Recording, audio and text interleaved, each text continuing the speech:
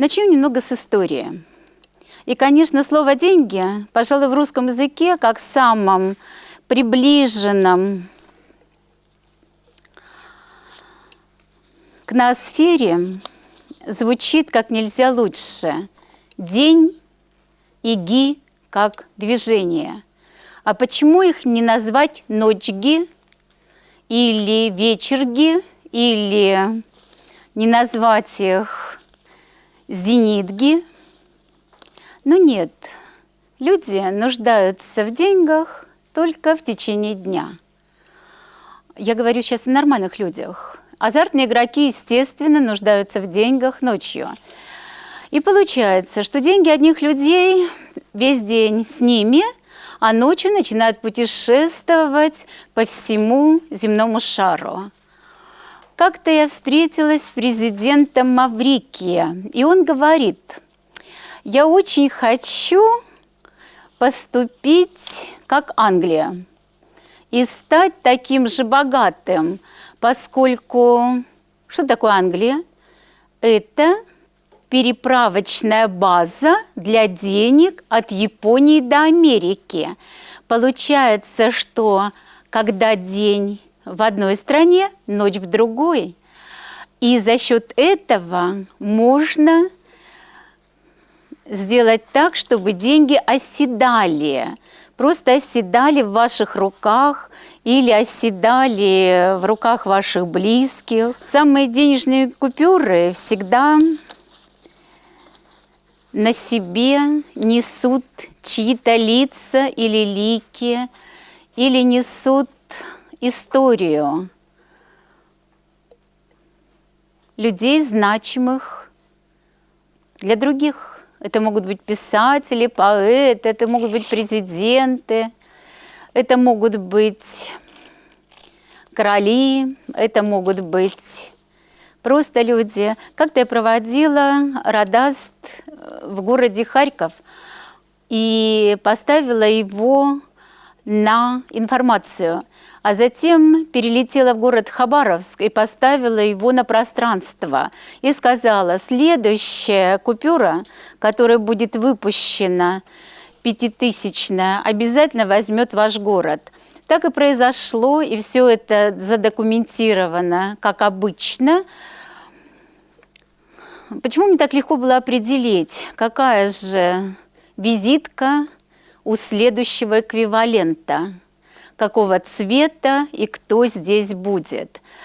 Да потому что деньги – это прежде всего энергия, которая смогла, не рассосавшись в информации, превратиться в пространство. Деньги, как эквивалент, под собой обязательно что-то содержат, поскольку сами по себе это просто бумажки, ничего не значащие, и переезжая из одной страны в другую страну, вы, естественно, с этим сталкиваетесь.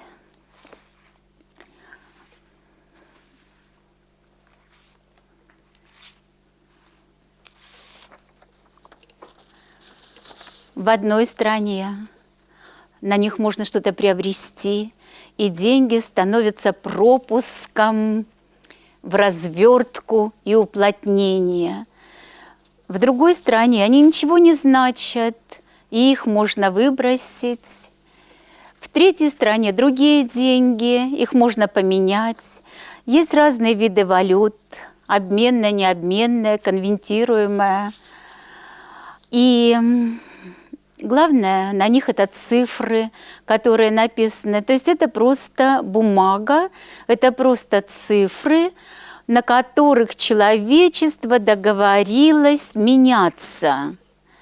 Меняться услугами, меняться необходимыми для жизни качествами.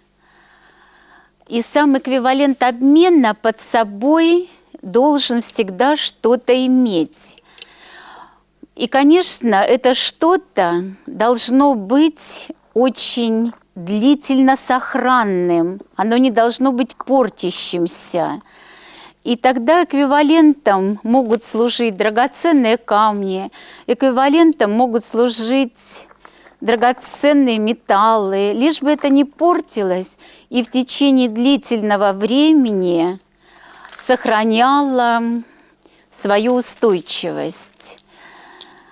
Сначала эквивалентом становится желтое золото, потом эквивалентом становится черное золото, нефть и доллары, и возникает все и всегда из пространства.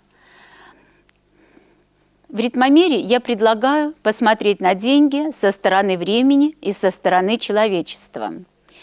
В конечном итоге эквивалентом всему и все, что должно стоять под этими бумажками, является время.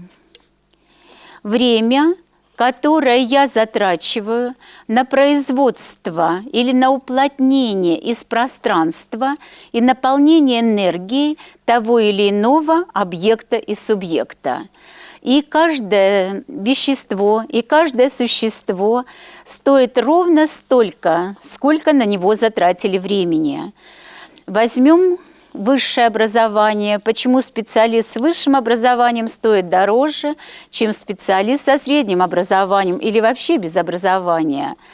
Потому что на него затрачено большее количество времени.